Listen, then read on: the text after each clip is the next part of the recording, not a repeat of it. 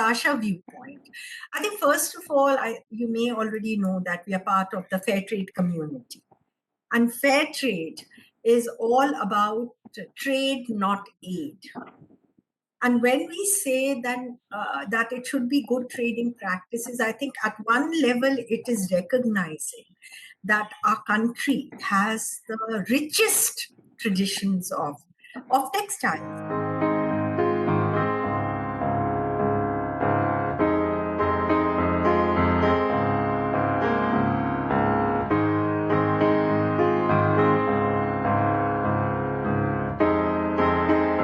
So whenever you buy handloom, you've already said it, you support a whole entire ecosystem.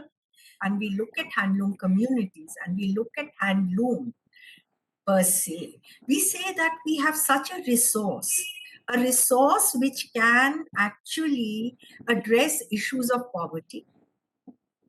Because what does a weaver need? They have the handlooms, they have the techniques, they have the tradition. So once there is support and a demand, it is a way where you are promising the weaver community that with all your tradition skills which exist, you can in fact create a better future. And secondly, I think today there's a lot of conversation around climate change and climate crisis and the call for action to do something. And then if we look at handloom weaving, it has virtually zero carbon emissions. It's low on energy, the tradition itself. I mean, the process itself. And more importantly, I think also there's a lot of movement because people are looking for safer dyes, natural dyes, etc. Because this whole concept of wellness, from food to what we are putting on ourselves, that this is one with global issues. We talk about sustainable development goals. Even at that level, we have the wherewithal, we have the resources, we have all this available to us.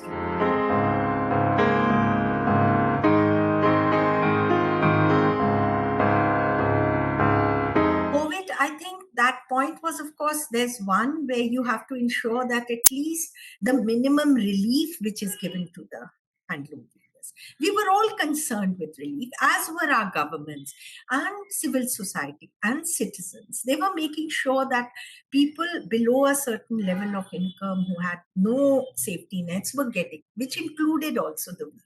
What people could not access were raw material. What people could not access was, to reach their products out to the market. What they couldn't access was markets. So towards that, and there was a whole brave new world of online, right? So at that time, what could you do? So Sasha, with other initiatives like GoCop, Okai, particularly GoCop, with other initiatives, and with Creative Dignity, which is another big initiative in which Sasha is very, very actively involved. All these initiatives, okay, what are the stocks lying with weavers? How can we facilitate that? Secondly, there might be someone who has yarns. And we're talking, so those yarns are made available to the weavers. Somebody was looking at logistics support. So what the buyers did was, at this time, they created funds. But the funds weren't created to give charity. The funds were created to say, okay, working capital. Funds were created to see that, they were getting training with online, etc. Funds were created to see how they could build their stocks for online.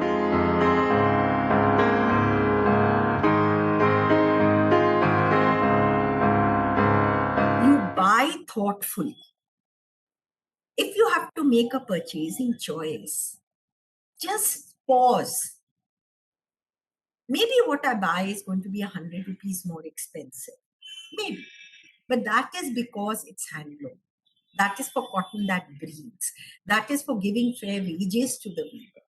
That is for having that transparency to ensure that the person, the creator, is getting the money.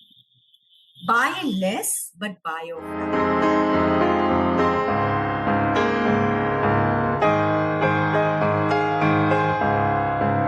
देखो राखी के लिए कि भाई जब तुम gift दे रहे हो कोई if you're giving a gift for Rakhi to your brother, let it be a gift that also is a gift for the creator and a gift for yourself. Because when you're buying like from your own country, from your own people, when you're buying and you know that your action has had a positive impact in someone's life, it's a gift to yourself, it's a gift for the person who receives it, it's a gift for the maker. And the power of the wallet, I would say that making conscious purchasing decision, and what decision will have the maximum impact. So when you're doing it, you're promising dignity, secure livelihoods, and a future.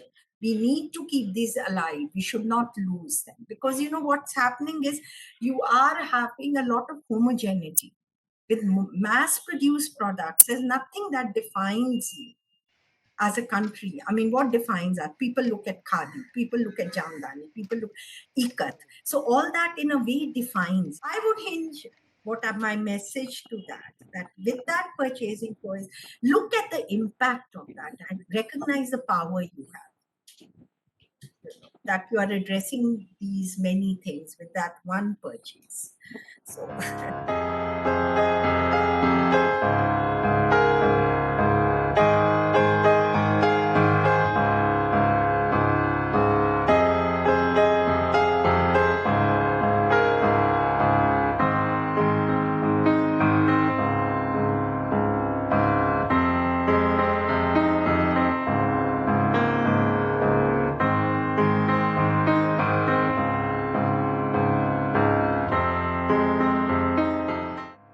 Mithila Asmita has been working relentlessly to base all its Madhubani handmade merchandise on one or the other form of khadi.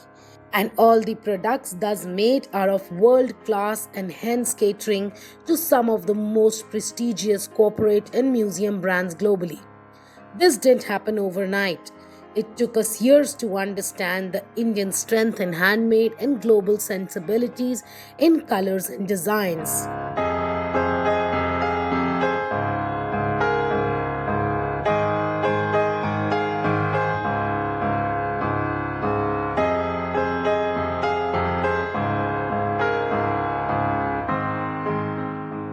Mithila Smita is pushing Indian art forms on a global level. So, understanding the market and customizing the product to make it a part and parcel of their daily life becomes important to increase the demand. This helps in bringing the best of Indian art forms available to the world and creating a support system for artisans, tailors, and weavers at ground zero.